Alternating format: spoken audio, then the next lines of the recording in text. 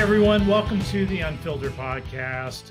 Real conversations about church planting, the world, and personal stuff, and everything in between. My name is Stephenson, and I have the joy of serving Converge, overseeing church planting nationally. And my co-host. I'm Danny Parmelee, and I oversee church planting for Converge Mid-America. And obviously, things are continuing to be different. We've talked a little bit, I think, in the past, Danny, about different seasons. Like, are we going into a blizzard? Are we into the season of winter? And now it feels like when it comes to the pandemic and what's going on in our world, we're more in an ice age. It doesn't seem like it's going to end tomorrow.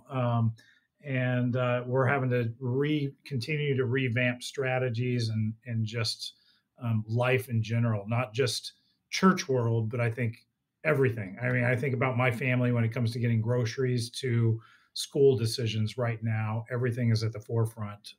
And my guess is the same thing's true at your home. Yeah, absolutely. And so much of it, the hard part is really the unknown. It would be easier to be like, okay, you have to wait 6 months before you do anything. But hey, once you hit that 6-month mark, it's like it's impossible to plan. And I think that's one of the most difficult parts about it. Yeah, I remember when we first saw this on the forefront that it was coming. We were telling churches, hey, you need to have a 90-day game plan. Mm-hmm. You're going to be good. Well, we're now way past the 90-day game plan. Yeah. And I know personally in our church plant, we've seen a lot of change take place over the last 100+ days. Same thing's true as I talk to church planters around the country as well. Lee, for you, for family stuff, I'd love to dive into a little bit of that. What are you doing as a pastor just to, I guess, I shouldn't say keep normalcy because that's impossible, but what are you doing kind of with your family? I mean, it's summertime. That's usually the time of vacations. I know you had some vacations planned. Were you able to take those?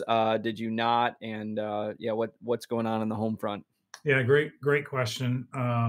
We've taken up all kinds of new hobbies, anything that even, looks appropriate or even a little bit appealing. It's like, let's try that out. So early on, it was like knock out all the home projects, working as a family, like building things.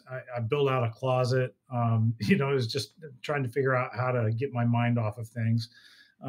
Then we moved into the second season of this, and my family, we took up fishing. And so we've done a ton of freshwater fishing, going out across the street. And that's the nice thing living in Florida is there's lakes everywhere. And we just literally walk across the street and, I caught a 6-pound bass across the street. So nice. That's not a bad day. But the mundaneness, I think, is what's killing us at this point. Yeah. Like I've got 3 kids.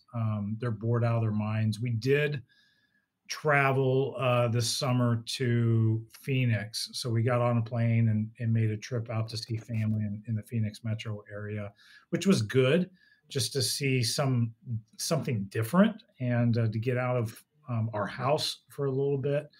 It's weird traveling when you going through an airport and on an airplane in this season. We're already tired of masks and having to wear the mask everywhere you go. But at this point, I mean, Melissa and I are constantly just having conversations like, what's the next? What do we do next? And it's hard with no real kids sports taking place and no understanding when things are going to pick back up even in their schedule.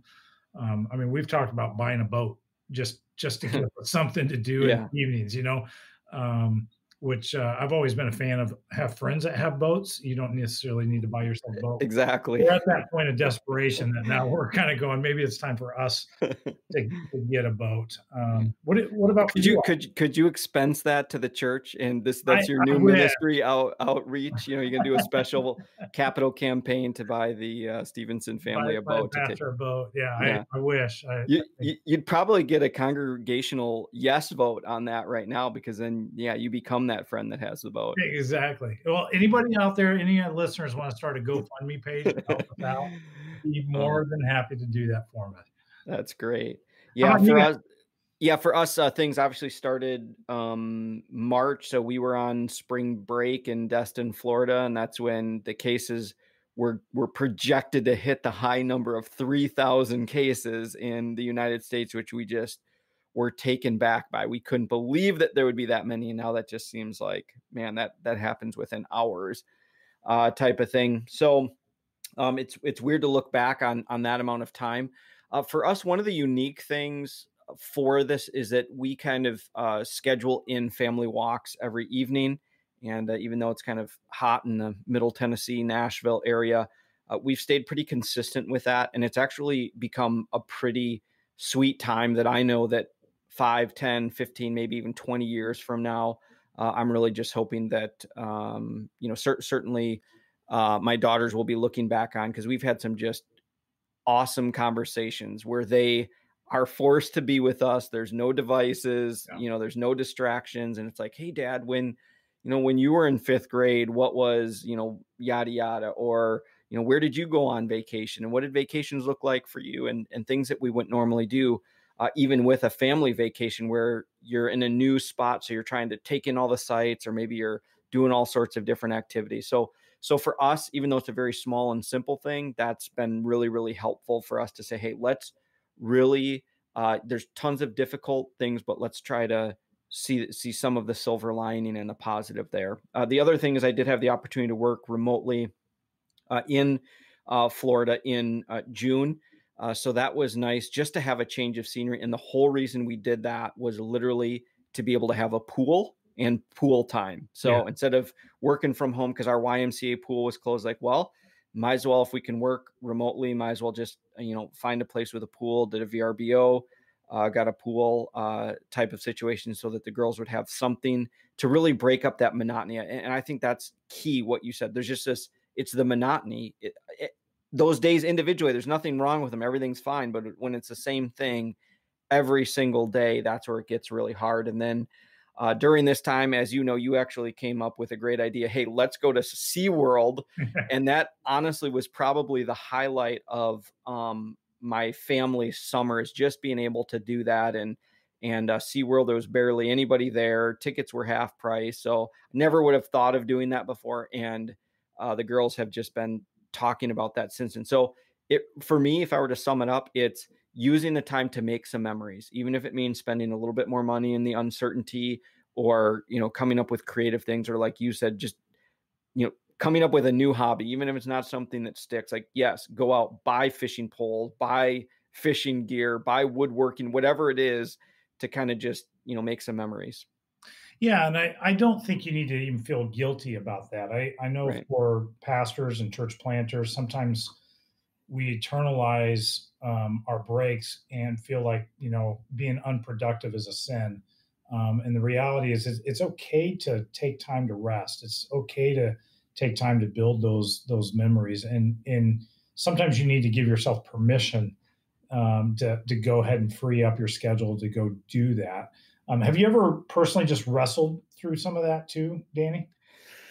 For me, a lot of times it came during taking any sort of vacation and not wanting to do anything exotic, where just people are kind of looking at you, and maybe, or thinking that people were looking at me, and thinking that it was indulging and doing things like that. So there's certainly always that wrestle. I think as a pastor, you're always wondering what other people are thinking, what type of car you drive, types of vacation, wrestling through, are you being productive? Are other people thinking I'm productive? And I know for myself during this time, and for pastors during this time, they are 3 times as busy. And I know there's times where I've been thinking, do people think I'm just like sitting home right now? Because it's like, I'm not producing church plants right now. I'm not traveling. They're used to seeing a news feed filled with travel and meeting with all these church planters. It's like, I'm working twice, 3 times as hard. It just looks different. And it's the same with the church planners as well, too.